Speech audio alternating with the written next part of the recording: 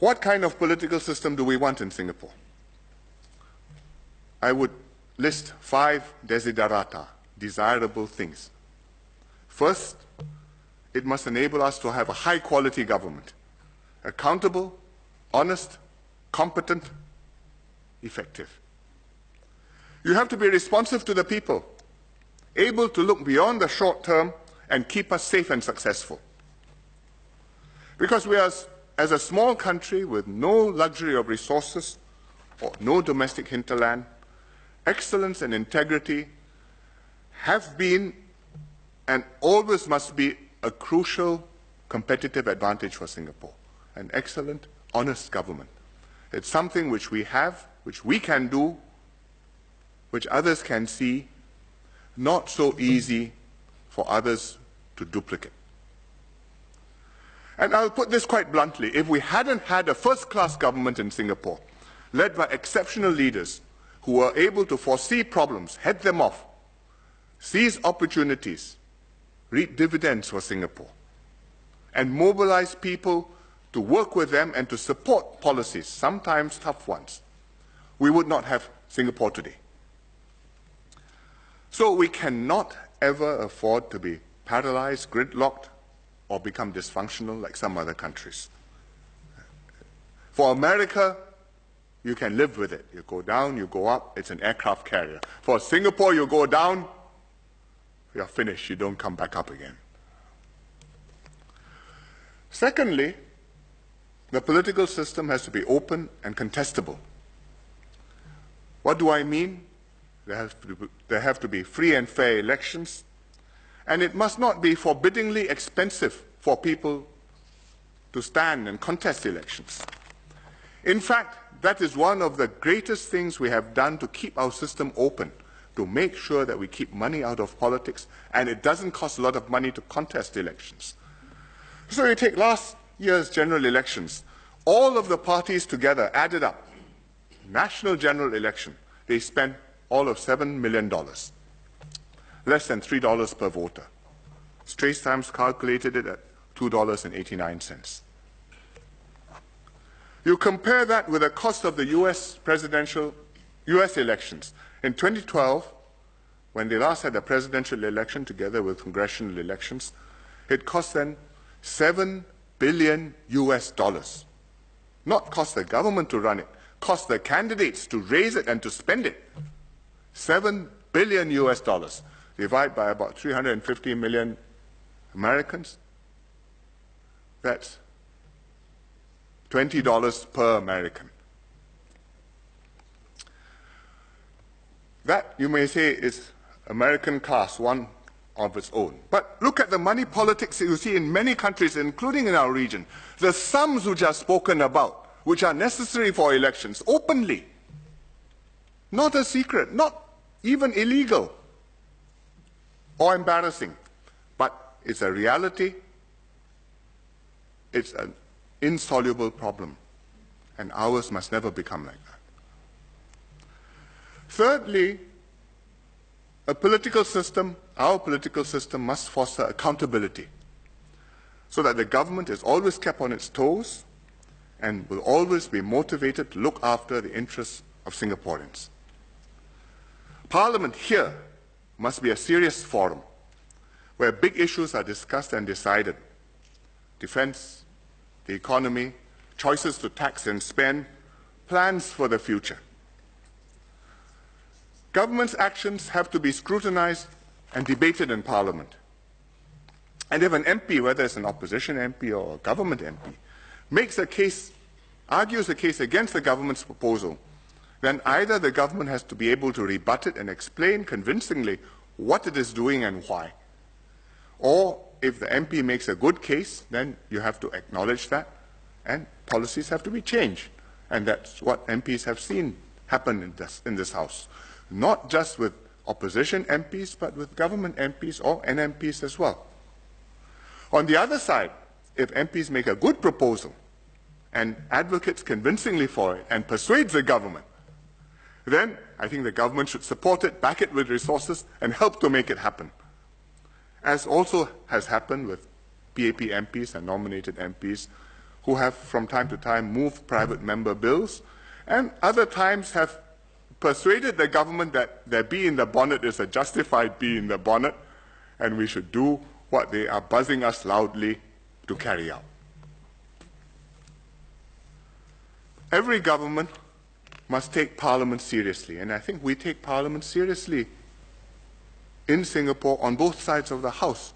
Is a place where you have debates, where big issues have to come to be decided. You can agree or disagree, and vigorously, and you ought to if you disagree, if you have strong views. But you must take it seriously. It's not a place where you throw chairs or swing handbags or pour water on one another. Or a place where you exchange clever put-downs, but really avoid the serious issues concerning the government and the future of the country. So our Parliament, it may not be as entertaining on television as many other parliaments which you watch on the news at night. But I think in terms of quality and seriousness of purpose, we have it and we should keep it. Ultimately, of course, the government is accountable not just to the Parliament, but also to the electorate. If it performs well, then it gets the support of voters again, and it can continue in office. If it performs poorly, there's an electoral price to pay. Then either the government mends its ways and regains its support, or the electorate can vote it out, and another party, another team will have to take its place and try to do better. So we must have a system where the government does not, over time, become complacent, go soft, or even worse, become corrupt. Fourthly, our political system must uphold a multiracial society. Multiracialism is fundamental to our identity as a nation, because we have 3 major races in Singapore. We have all the world's major religions in Singapore, and race and religion will always be fundamental tectonic fault lines for us. If we ever split along one of these fault lines, that's the end of us. Therefore, our political system must encourage multiracial and secular politics, not racial or religious politics. It's got to encourage political parties to seek broad-based multiracial consensus and pursue moderate policies in the interests of all Singaporeans, regardless of race, language, or religion. It has to discourage parties from forming along racial or religious lines, or championing the interests of one race or religion over others, whether it be a majority or minority group in our society. Minority Singaporeans must have the confidence that they will not ever be marginalized or shut out or discriminated against. And every Singaporean must have the confidence that he has a place in Singapore. Fifth, our system needs to incorporate stabilizers. The government has to be responsive to the will of the people, but at the same time we have also to have safeguards in case the country is swept off course by a transient public mood or an erratic government, which can happen. And by the time you change your mind and you realize that it's unwise, it's too late to come back. So you need stabilizers to make sure that you respond to the mood, but you don't get carried too far and capsize the boat. Most political systems have such stabilizers built in. They have an upper house, like the Senate in the US, the House of Lords in the UK. Or, especially in big countries, you have a division of powers between city and regional governments and a national federal government on the other. So, no single point can cause the whole system to fail. You clear the lower house, you must still pass the upper house. Elections may be different times, may be different rules. You persuade one region you need to do something, is a big country, other regions have to go along. You have to get a consensus, take some time, sleep it over, think carefully, and perhaps think the better of it. We are too small to have either an upper house or to have a regional set of governments. The most we can do are town councils. Useful, but not really a regional government. And we've overlaid on top of them mayors. We call them mayors, but actually, if you compare them with the mayor of London or the mayor of New York, it's what they call 小巫见大巫. It's a small personality, same title, but it's quite a different entity indeed. But we may be small, we still need stabilizers. And especially we need stabilizers in two areas: protecting our reserves and safeguarding the integrity of our public service. Why do I say this? Because these are two critical elements that give us safety, security, assurance, and resources for the future. It's taken us decades to build up our foreign reserves. They are our oil in the ground. If you don't have a second key, and you happen to have a generous or profligate government, then one government can spend it all and bring you back to zero. Elections will become auctions, where the parties compete to be more generous than the other, offering what it can do to voters by raiding the bank, as happens in countries much richer than us. You look at Australia, when 10 years ago, under basically a conservative government, they built up a significant amount of reserves or surpluses. They set up pension fund for the future, and they said this is our sovereign wealth fund, and this is to make sure that in future you'll be provided for state pensions and so on. But then came elections, and both parties, whether in government or out of government, because of the dynamic of the situation, they had no choice. One side offers something, the other side offers more, and back and forth. It's an auction.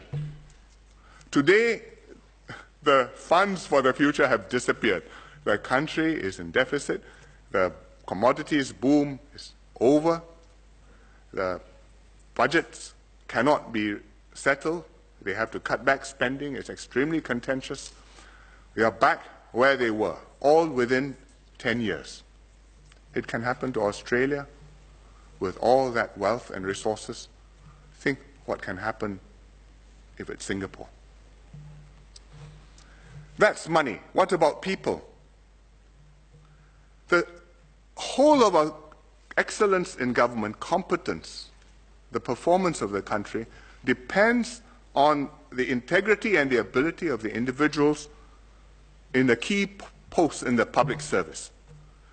Judges, central bankers, the accountant general, the commissioner of police, the people who head our stat boards, who sit on our stat board, key stat boards, the people who manage our reserves.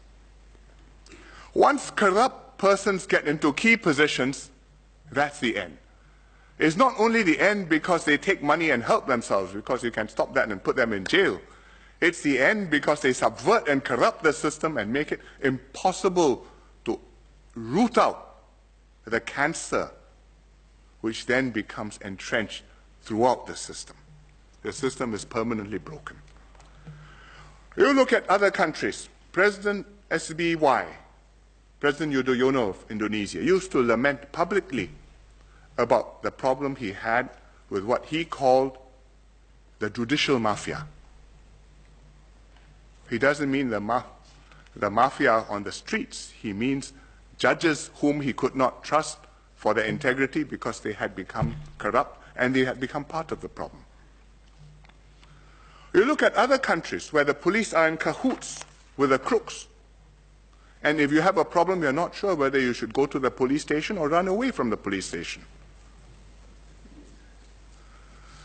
Or you look at countries where those responsible for safeguarding state assets instead raid the bank. As the Malay proverb goes, pagar makan padi. You are the hedge, but you are eating the rice which you are supposed to protect. To prevent this, or at least to make this harder, this system needs a second key. And the challenge is for us how to ensure this second key strengthens and stabilizes our system of government.